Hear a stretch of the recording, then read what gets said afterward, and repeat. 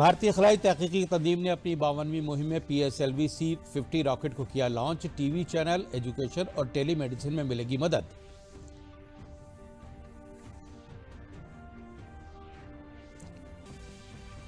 भारत और बांग्लादेश के बीच हुई आज डिजिटल चोटी कॉन्फ्रेंस। वजीर-ए-आजम नरेंद्र मोदी और बांग्लादेश की वजीर-ए-आजम शेख हसीना ने चेलाहटी हल्दीबाड़ी रेल लिंक खिदमात का किया इफ्तिताह।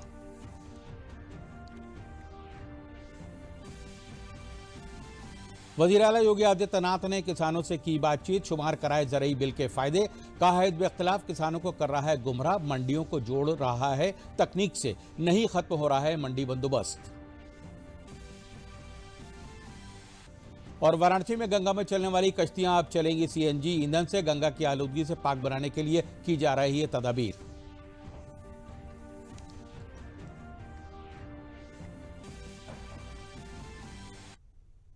आदाब, खबरों के साथ हाजिर हूं मैं सैयद शबाहत हुसैन और अब खबरें तफसील से।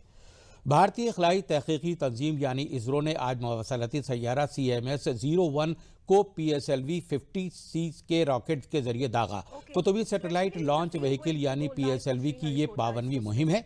श्रीहरिकोटा वाक़े दूसरा लॉन्च पैड से आज दोपहर 3:41 पर PSLV-50 रॉकेट खला के लिए रवाना किया गया।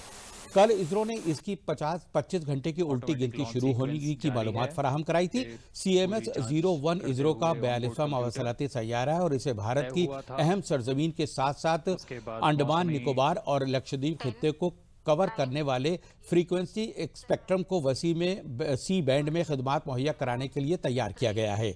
CMS-LV-50 मिशन हर इस बार अकेले पेलोड के जरिए तौर पर सफर कर रही है। SMS-01 सैटेलाइट से टेली मवासलात खिदमात में खास तौर पर इसलाह होगी। इसकी मदद से टीवी चैनलों को पिक्चर के मेयार में इसलाह होने के साथ ही हुकूमत को टेली एजुकेशन, टेलीमेडिसिन को आगे बढ़ाने और आफात मैनेजमेंट के दौरान मदद मिलेगी। सभी दर्शकों के लिए भी काफी उत्साह का पल has been confirmed. We are 2 minutes 18 minutes के करीब तथा अपूरे भारत वासियों को इस पे गर्व होगा एक बार। And now we take you to the addressing by Chairman ISRO and the team. We take leave from you. Do take good care of. I am extremely happy to declare that PSLV C-50 successfully injected CMS-01, the communication satellite, precisely in the predefined sub-GTO orbit. The satellite is functioning very well, and another 4 days from now, the satellite will be placed in the specified slot in geosynchronous orbit. Bharat और बांग्लादेश के दरमियान आज digital चोटी conference का इनेकाद किया गया। इस conference में बांग्लादेश की वज़ीर-ए-आज़म शेख हसीना वाजिद और भारत के वज़ीर-ए-आज़म नरेंद्र मोदी डिजिटल चोटी कॉन्फ्रेंस में शामिल हुए। भारत बांग्लादेश की वर्चुअल समिट के दरमियान वज़ीर-ए-आज़म नरेंद्र मोदी और बांग्लादेश की वज़ीर-ए-आज़म शेख हसीना ने मुश्तरका तौर से भारत और बांग्लादेश के दरमियान चेलाहटी हल्दीबाड़ी रेल लिंक का इफ्तिताह किया। भारत और बांग्लादेश के दरमियान 55 बरसों बाद कोई रेल लाइन का इफ्तिताह हुआ है। कॉन्फ्रेंस में वज़ीर-ए-आज़म नरेंद्र मोदी ने कहा है कि बांग्लादेश हमारी नेबरहुड फर्स्ट पॉलिसी का एक अहम सतून है। वहीं बांग्लादेश के वज़ीर-ए-आज़म शेख हसीना ने भारत के ताउन की सताइश की।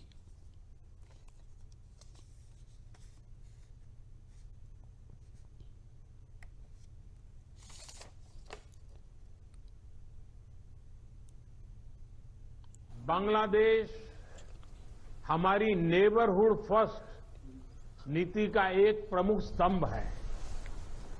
बांग्लादेश के साथ संबंधों में मजबूती और गहराई लाना मेरे लिए पहले दिन से ही विशेष प्राथमिकता रही है। यह बात सही है कि वैश्विक महामारी के कारण यह वर्ष बहुत ही चुनौतीपूर्ण रहा है, लेकिन संतोष का विषय है कि इस कठिन समय में भारत और बांग्लादेश के बीच अच्छा सहयोग रहा। चाहे वो दवाइयां या मेडिकल इक्विपमेंट हो या फिर हेल्थ प्रोफेशनल का के साथ काम करना हो, वैक्सीन के क्षेत्र में भी हमारे बीच अच्छा सहयोग चल रहा है। इस सिलसिले में हम आपकी आवश्यकताओं का भी विशेष ध्यान रखेंगे। सार्क फ्रेमवर्क के तहत बांग्लादेश के योगदान के लिए मैं आपका आभार व्यक्त करता हूं। मुजीब वर्षों के अवसर पर मैं सभी भारतीयों की ओर से आपको बधाई देता हूं। अगले वर्ष बांग्लादेश यात्रा के निमंत्रण के लिए मैं आपका धन्यवाद करता हूं। आपके साथ बंगबंधु को श्रद्धांजलि अर्पित करना मेरे लिए गर्व की बात होगी। My gratitude to the Colonel, to the people of India, to the Mukti Bahini.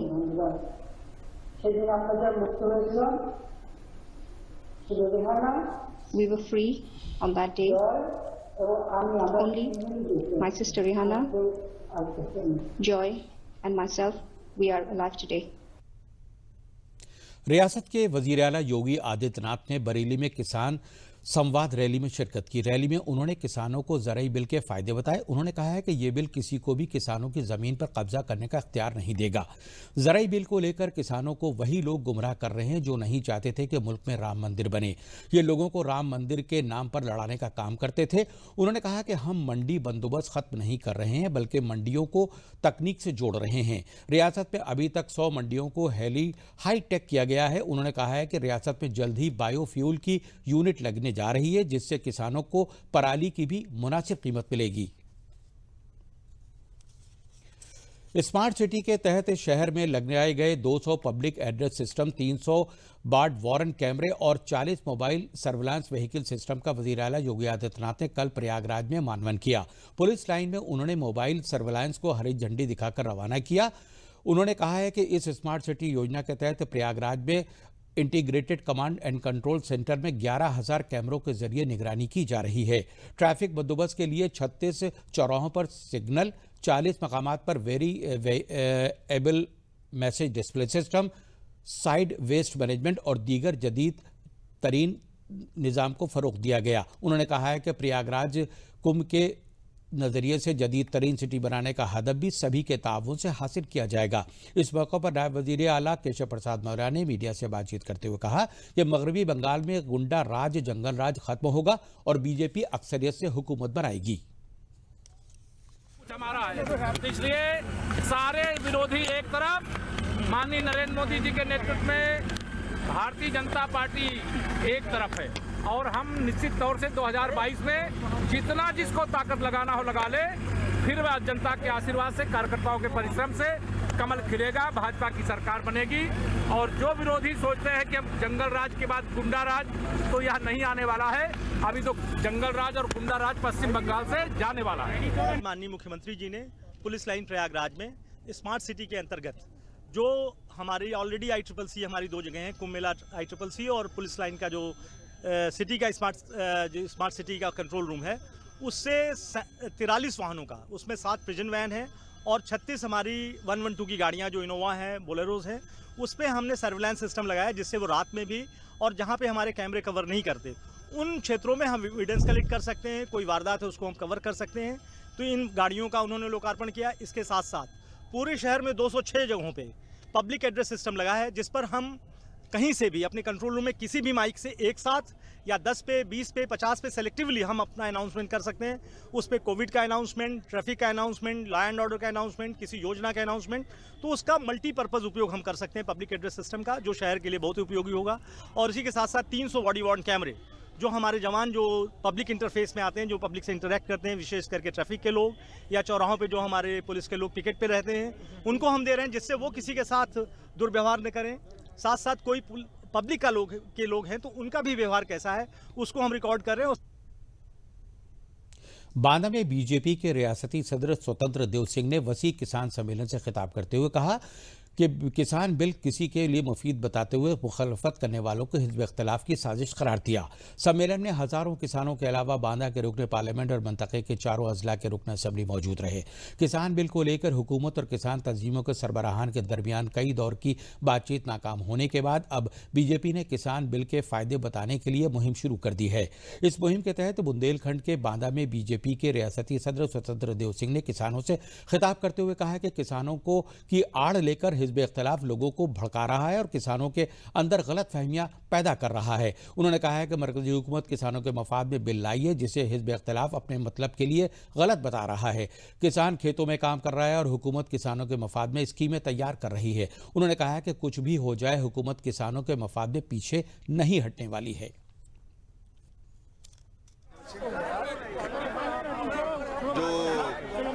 किसान बिल पास हुआ है तो उसके बारे में लोगों तक जानकारी पहुंचे। जो धरना हो रहा है सरकार उनसे बात करने को भी तैयार है। जो विषय रखे उनको शंका लगा कि जो समस्या है किसानों की जमीन पर वो एसडीएम के पास जाएगा। उनका आग्रह था कि कोर्ट में सिविल मतलब उनको करना चाहिए, उस पर भी सरकार तैयार है। यदि आप बात करते हैं तो ये भी हो। बाकी में जो उनकी समस्या थी उस पर तैयार है। फिर भी ये लोग किसके षड्यंत्र में हैं, क्या है, बात करना चाहिए और समस्या का समाधान करना चाहिए। आदरणीय मोदी सरकार हमेशा किसानों के हित में निर्णय लिया है। चाहे पहले यूरिया ब्लैक होता था, लाठीचार्ज होती थी किसानों पर, आज कोई लाठीचार्ज नहीं होता है, ना ब्लैक होता है। निम्नलिखित यूरिया सभी को उपलब्ध है। किसान सम्मान निधि सीधे खाते में लोग जा रहा है, कोई भ्रष्टाचार नहीं। मंडी के बाहर बेचिए, चाहे मंडी में बेचिए, स्वतंत्र होकर बेचिए। किसान कंपनी को दे या न दे स्वयं कर सकता है, पहले भी बटाई पर देता था, इसलिए उसमें कोई खास बात नहीं है। किसानों की समस्या का समाधान उसमें, लेकिन ये 3 महीना बाद 4 महीना बाद किस षड्यंत्र के तहत ये आंदोलन शुरू किए हैं ये समझ में नहीं।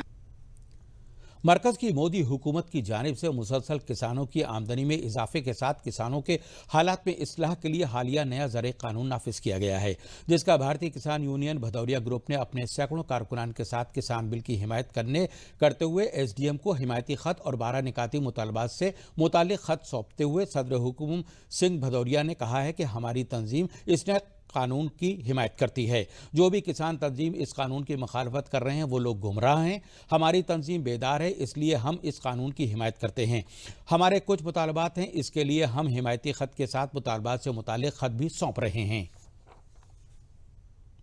पहले तो भारतीय किसान यूनियन भदौरिया संगठन जो केंद्र सरकार द्वारा बिल पारित किया गया उसका हम समर्थन करते हैं, क्योंकि उस बिल में बहुत से लोग गुमराह हैं, संगठन गुमराह है, वो विरोध कर रहे हैं। लेकिन हम ये बताने आए हैं कि हमारा संगठन जागरूक है।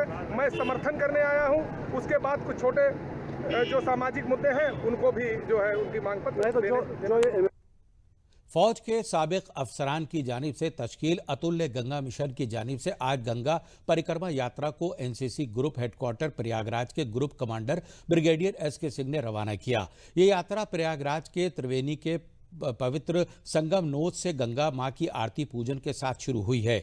यह परिक्रमा पदयात्रा प्रयागराज से शुरू होकर गंगा सागर होती हुई गोमुख तक जाएगी और लौटकर 14 अगस्त 2021 को प्रयागराज में ही अख्ताम पजीर होगी। इस दौरान 5100 किलोमीटर यह यात्रा 45 शहरों, 5000 गांव, जंगलों, पहाड़ों और ग्लेशियर से होकर गुजरेगी।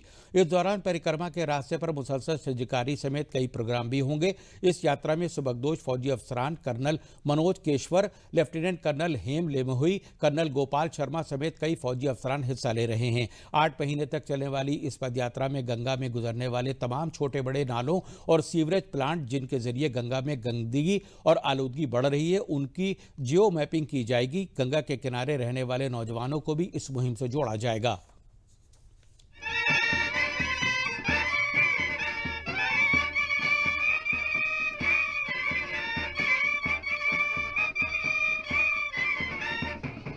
ये वेदों के समय पे मुंडमाल परिक्रमा होती थी। उसके बाद जो हमारा लिखित इतिहास है उसमें इसका कोई जिक्र नहीं है। तो पहला तो हम अपने वैदिक इतिहास की पुनरावृत्ति करना चाहते हैं दूसरा, हम जो उद्देश्य है वो गंगा के प्रदूषण को चिन्हित करना है। गंगा जो हमको तारने के लिए धरती पे उतरी थी, आज इस दुनिया की सबसे खराब नदियों में से एक हो गई है, प्रदूषित नदियों में से एक हो गई है। तो और ये गंगा है जो 40% भारतीयों का सहारा देती है। तो ये हमारा दायित्व बनता है कि हम इसकी देखभाल किस तरह करें।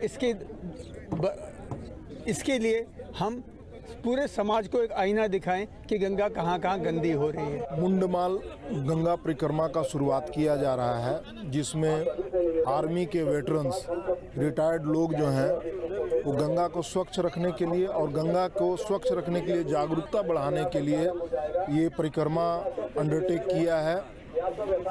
इसमें जो है 6 लोग मुख्य रूप से 5100 किलोमीटर की यात्रा करेंगे, जिसमें पूरी गंगा नदी को यहाँ से लेके गंगोत्री, गंगा सागर और फिर वापस यहीं पे ये यात्रा 7 महीने बाद खत्म होगा।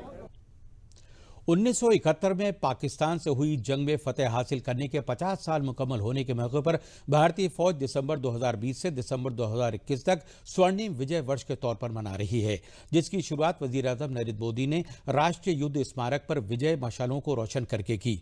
यह मशाल फौज के जवानों के जरिए मुल्क के मुख्तलिफ मकामात पर ले जाई जाएगी। इसी सिलसिले में एक विजय मशाल दिल्ली से चलकर गाजियाबाद रिजर्व पुलिस लाइन में पहुंची। मरकजी वजीर जनरल वीके सिंह ने 1971 की जंग में शामिल हुए जवानों और शहीद जवानों के अहले खाना को एजाज से सरफराज भी किया। इस मौके पर फौज के जवानों ने रंगारंग प्रोग्राम पेश किया। इस मौके पर जनरल वीके सिंह ने कहा है कि स्वर्णिम विजय दिवस मनाकर हम उन सभी जवानों को याद कर रहे हैं जिन्होंने 13 दिन के तारीखी लड़ाई लड़कर कामयाबी हासिल की और अपनी जान को भारत माता पर निछावर किया। 1971 की लड़ाई को 50 साल मुकम्मल हो चुके हैं। ये दिन उन सभी फौजियों के नाम वक्फ है जो इस लड़ाई का हिस्सा हैं और 13 दिन में एक तारीखी कामयाबी हासिल की और पाकिस्तान के फौजियों को खुद सुपुर्दी के लिए मजबूर किया।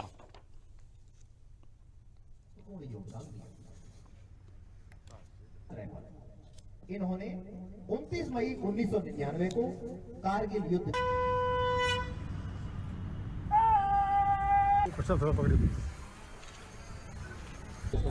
देखिए, विजय दिवस तो काफ़ी वर्षों से मनाया जा रहा है। आज का जो विजय दिवस है वो खास है। ये 50 साल पूरे हुए हैं एक ऐसे युद्ध के जिसके अंदर एक नए देश का जन्म हुआ। एक ऐसा युद्ध जो सैन्य इतिहास के अंदर एक अलग मायने रखता है कि 13 दिन के अंदर आपने ऐसे देश के अंदर लड़ाई की उनके साथ मिलकर, जिसके अंदर कहना कठिन था कि आप 13 दिन में इतना कुछ कर सकते।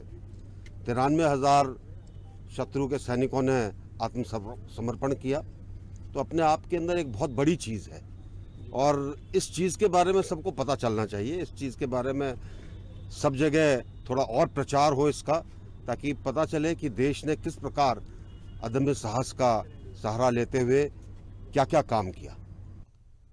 1971 की जंग के 50 साल मुकम्मल होने के मौके पर वज़ीर-ए-आज़म नरेंद्र मोदी की जानिब से शुमाली सिंध की तरफ रवाना की गई विजय ज्योति गाजियाबाद बोदीनगर होते हुए मेरठ छावनी पहुंच गई।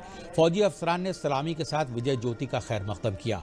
4 जंग रीम डिवीज़न की जानिब से भगत लाइन्स में मुनक़िद प्रोग्राम में 1971 के अमर शहीदों को खराज अक़ीदत पेश किया गया और बहादुर ख़वातीन के एजाज़ के दरमियान विजय ज्योति का रुकन parliament Rajiv Agarwal, GOC major general SK Talba ने खैर मकदम किया।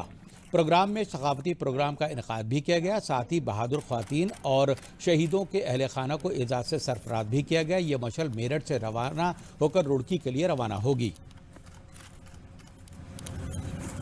हमारे लिए भी गौरव का दिन है। मेरठ का वैसे भी इस युद्ध में अपना भी योगदान रहा है। यहाँ के भी 1900 जवानों ने अपनी शहादत उसके अंदर की, अधिकारियों ने की और ये युद्ध एक प्रकार से हम पर थोपा गया था। उसका इतिहास बताने की आवश्यकता नहीं, लेकिन कुल मिलाकर के केवल 13 दिन के अंदर पाकिस्तान के 93,000 सैनिकों को हमने आत्मसमर्पण के लिए विवश किया। हमारी सेनाओं ने, उसके शौर्य ने, और एक नए देश का जन्म हुआ। वास्तव में पूरी दुनिया के अंदर यह युद्ध एक मिसाल है और आज के दिन विशेष रूप से हम अपने सभी उन जवानों को, हमारे अधिकारी अफसरों को श्रद्धा के साथ नमन करते हैं जिन्होंने अपना बलिदान दिया और उस परंपरा को नमन करते हैं जो पूरे समय तत्परता के साथ कठिन परिस्थितियों में भी हमारे सीमाओं की सुरक्षा करती है और हमारे अंदर भी एक संकल्प जगाती है कि हम भी अपने देश के प्रति कर्तव्य का निष्ठा के साथ पालन करते रहें।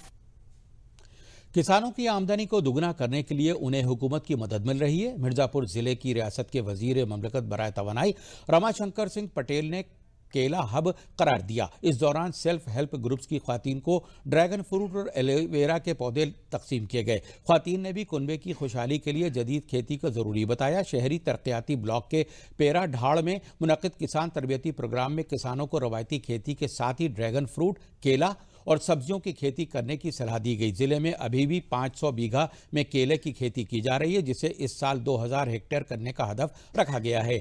जिले के केला हब बनने के बाद बड़े पैमाने पर खेती होगी तो उसका फायदा किसानों को भी मिलेगा।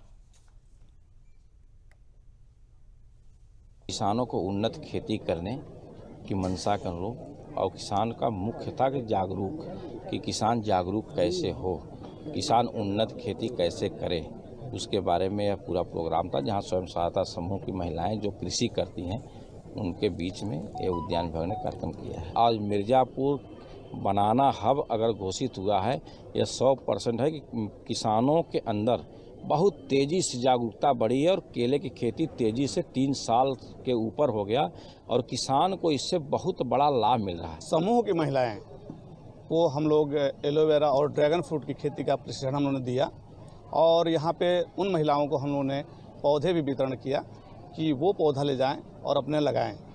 हर महिला को ड्रैगन फ्रूट पौधे, एलोवेरा के पौधे और इसी तरह से उनको हम लोगों ने पिलर भी स्वरूप में दिया है।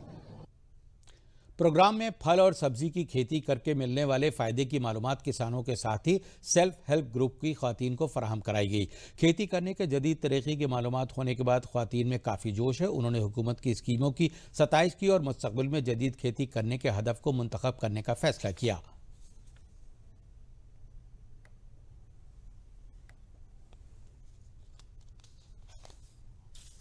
हम लोग किसानी पारंपरिक विधि से किसानी करते हैं। धान गेहूं की किसानी करते थे और समूह से जुड़कर जो हम यहाँ आए, हमें नए तकनीकी से किसानी करने की जानकारी मिली। हम धन्यवाद करते हैं मोदी जी का और माननीय मुख्यमंत्री योगी जी का, जो हमें इस कार्यक्रम में शामिल होकर कुछ जानकारी मिली। इसमें हम लोगों को ड्रैगन फ्रूट और एलोवेरा के बारे में जानकारी दी गई, जिससे हमारी आय दोगुनी हो, हम महिलाएं आगे बढ़ सकें। हम लोगों को आज ड्रैगन के खेती तथा एलोवेरा के खेती के बारे में प्रशिक्षण एक दिवसीय था, इसमें हम लोग आए हुए हैं। हम लोग किसान महिला हैं, हम लोग को किसान करते हैं। किसान करने के बारे में हम लोग के यहाँ बताया गया, जैसे हम लोग पारंपरिक विधि खेती कर रहे हैं। इस समय हम लोगों को बताया गया है कि जैसे हम लोग एलोवेरा का या ड्रैगन का खेती हम लोग करेंगे, जिससे हमारी आय दोगुनी हो सकती है और हम लोग कृषि के कार्य में आगे बढ़ जाएंगे। और हम गांव की महिलाएं हैं जो कि हम लोग को जानकारी नहीं मिलती थी। मैं इससे बड़ा धन्यवाद देती हूँ मुख्यमंत्री योगी जी को और प्रधानमंत्री मोदी जी को कि इस तरह की योजनाएं अगर लाते रहेंगे तो हम गांव की महिलाओं को अच्छे ढंग से लाभ मिलेगा और हम लोग आगे बढ़ सकते हैं। महोबा पुलिस ने मुखबिर की इतला पर गैर कानूनी धमाका खेज मादे से भरी पिकअप में कसीर तादाद में गैर कानूनी धमाका खेज अशिया बरामद की है। धमाका खेज अशिया ले जा रहे 3 लोगों को गिरफ्तार भी किया गया है। पुलिस मामले से जुड़े 2 लोगों की तलाश कर रही है। कबरी थाना हलके के गोगोरा चौकी के पास इस गाड़ी की जब पुलिस ने रोका तो ड्राइवर उसे लेकर भागने लगा। पुलिस ने पीछा करके इस गाड़ी को अपने कब्जे में लेकर जिसमें 25 बोरी ammonium nitrate, 5000 ED cell, 5000 detonator समेत 2,05,000 रुपए बरामद किए। गाड़ी में सवार हरनाथ यादव, मोहम्मद नदीम और राज बहादुर को पुलिस ने गिरफ्तार कर लिया है। वहीं शिवम यादव और हरिराम यादव की तलाश की जा रही है।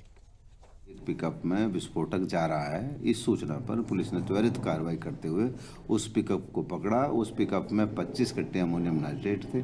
जांच करने पर उसमें 5,000 विस्फोटक और 5,000 ईडी भी मिली। उसमें मौके पर 3 लोग, हरनाथ यादव और मोहम्मद नईम ड्राइवर और राज बहादुर हेल्पर 3 लोग मिले। उनसे पूछताछ में पता चला कि ये जो माल था वो शिवम यादव और हरिराम यादव का है। तो मौके पर 3 लोग पकड़े गए हैं, उनके खिलाफ मुकदमा पंजीकृत कर दिया गया है। बाकी जो 2 लोग हैं उनके लिए प्रयास जारी है, जल्दी ही गिरफ्तारी होकर जेल भेजा जाएगा।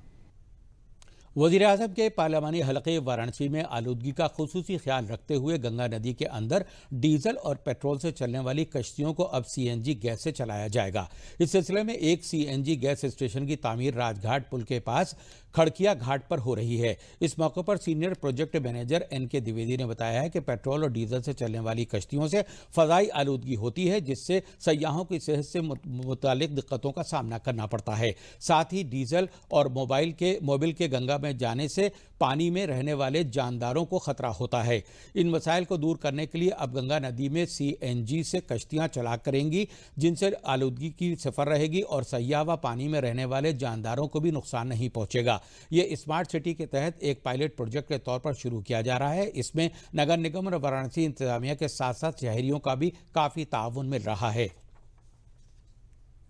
यहाँ पे सीएनजी गैस स्टेशन लगाने के पीछे माननीय प्रधानमंत्री जी का एक ड्रीम था कि जो यहाँ पे रिवर के अंदर बोट चल रही हैं, डीजल बोट्स हैं या पेट्रोल बोट्स हैं, उससे बहुत ज़्यादा पॉल्यूशन होती हैं और जल जीव के ऊपर भी और मानव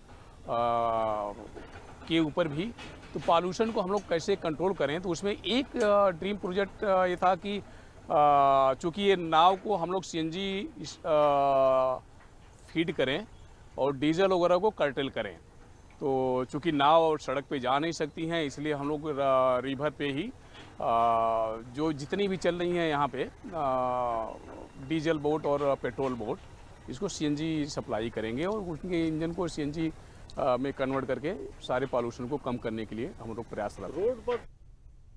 वाराणसी की लता मंगेशकर के नाम से मशहूर मंगला कपूर, जिनकी जितनी मीठी आवाज़ है, ज़िंदगी के उतने ही कड़वे तजुर्बात का सामना कर अपनी मीठी आवाज़ के सबब एक मकाम हासिल करने वाली प्रोफेसर मंगला कपूर ने अपने कई तलबा को मौसीकी में पीएचडी कराई और आज भी वो मुफ्त संगीत की तालीम दे रही हैं। अपनी ज़िंदगी में पेश आ रहे वाक़यात का जिक्र करते हुए उनकी आंखों में आंसू आए। उन्होंने बताया है कि 12 साल की उम्र में मेरे ऊपर एसिड अटैक होता है। इस मामले में मेरा पूरा चेहरा जल जाता है और 12 साल से लेकर 18 साल तक मेरा सिर्फ इलाज होता रहता है। एक अस्पताल से दूसरे अस्पताल तक बचपन के 6 साल कब निकल गए पता ही नहीं चला। इलाज के बाद जब कुछ ठीक हुई तो जब स्कूल में दाखिला लेने गई तो वहाँ उनके चेहरे को देखकर लोगों के ताने वो बर्दाश्त नहीं कर पाईं और वहीं बेहोश होकर गिर जाती हैं। टॉपिक्स पे उनको पीएचडी करवाया और उसमें से कुछ जो है आज बहुत अच्छी अच्छी जगह, मेरे सिखाए हुए बच्चे बहुत अच्छी अच्छी जगह, कोई प्रोफेसर है, कोई असिस्टेंट प्रोफेसर है, कहीं ना कहीं जॉब में अब अलग एक सफलता प्राप्त कर रहे हैं। गायन में शास्त्रीय संगीत, फिर उपशास्त्रीय संगीत, उसमें गज़ल। आखिर में अहम खबरें एक बार फिर। भारतीय खलाई तहकीकी तंजीम ने अपनी 52वीं मुहिम में PSLV C-50 रॉकेट को किया लॉन्च। टीवी चैनल, एजुकेशन और टेलीमेडिसिन में मिलेगी मदद।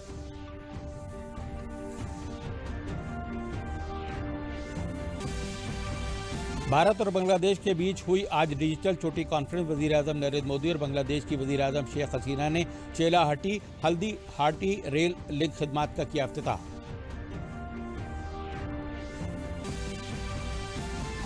वज़ीर आला योगी आदित्यनाथ ने किसानों से की बातचीत। शुमार कराए ज़रूरी बिल के फायदे, कहा हिज़्ब इख्तिलाफ किसानों को कर रहा है गुमराह।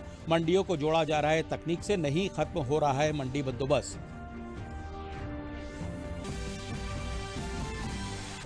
वाराणसी में गंगा में चलने वाली कश्तियां अब चलेंगी सीएनजी ईंधन से। गंगा को आलूदगी से पाक बनाने के लिए की जा रही है तदाबीर।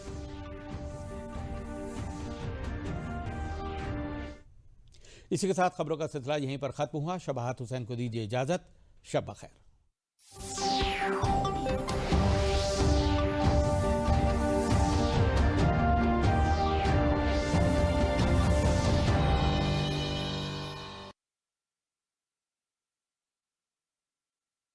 समझदारी दिखाए